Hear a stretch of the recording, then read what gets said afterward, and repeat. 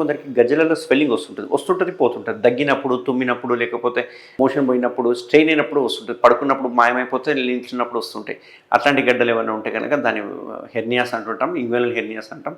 కాబట్టి అవి డిఫరెంట్ గడ్డలు, దానికి సర్జరీ కంపల్సరీ మ్యాండేటరీ అవుతుంది. అవి మందులతో తగ్గవన్నట్టు. కొందరికి బాడీలో చేతుల మీద మామూలుగా చిన్న చిన్న బుడిపిల్లాగా గడ్డలు వస్తూ ఉంటాయి. వాటిని లైపోమస్ అంటుంటాం. అంటే కొవ్వే అట్లా గడ్డలుగా మారుతూ ఉంటుంది. అది కూడా స్లిప్ అవుతుంటుంది, ముట్టుకుంటే స్లిప్ అవుతూ ఉంటుంది. దాన్ని లైపోమస్ అంటారు. కొన్ని స్లిప్ కాకుండా పెయిన్ఫుల్ ఉంటాయి అన్నట్టు, వాటిని న్యూరోఫైబ్రోమాస్ అంటుంటాం. అట్లాంటి గడ్డలు కూడా తీసేయాల్సి వస్తుంది.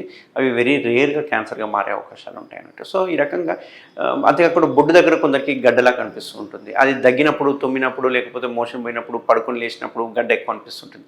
దాన్ని అంబ్లికల్ హెర్నియాస్ అంటాం. ఇట్లాంటి వాటికి కూడా మనం సర్జరీ చేయాల్సి వస్తుంది. ఎందుకంటే అది పేగు బయటికి రావడానికి ప్రయత్నం చేస్తూ ఉంటుంది అన్నట్టు. సో ఇట్లాంటి గడ్డలు ఏమున్నా కానీ ట్రీట్మెంట్ రేంజ్ హాస్పిటల్ అవైలబుల్గా ఉంటాను. గడ్డలు వస్తే మాత్రం ఎటువంటి పరిస్థితులు నెగ్లెక్ట్ చేయొద్దు, ఎందుకంటే అవి క్యాన్సర్గా కూడా మారే అవకాశాలు ఉంటాయి. సో క్యాన్సర్ గడ్డలా కావా అనేది మనం ఫస్ట్ చూసుకున్నాక మనం రిలాక్స్ అవ్వచ్చు. సో ఎవరికైనా కనుక బాడీలో ఎక్కడైనా గడ్డలా కనిపిస్తే అస్సలు నెగ్లెక్ట్ చేయకండి. ట్రీట్మెంట్ రేంజ్ హాస్పిటల్ అవైలబుల్ ఉంటాను. నన్ను కన్సల్ట్ అయితే అది ఏం గడ్డ అనేది మనం తెలుసుకొని దాన్ని బట్టి మనం ట్రీట్మెంట్ అనేది అందించవచ్చు. Thank you very much.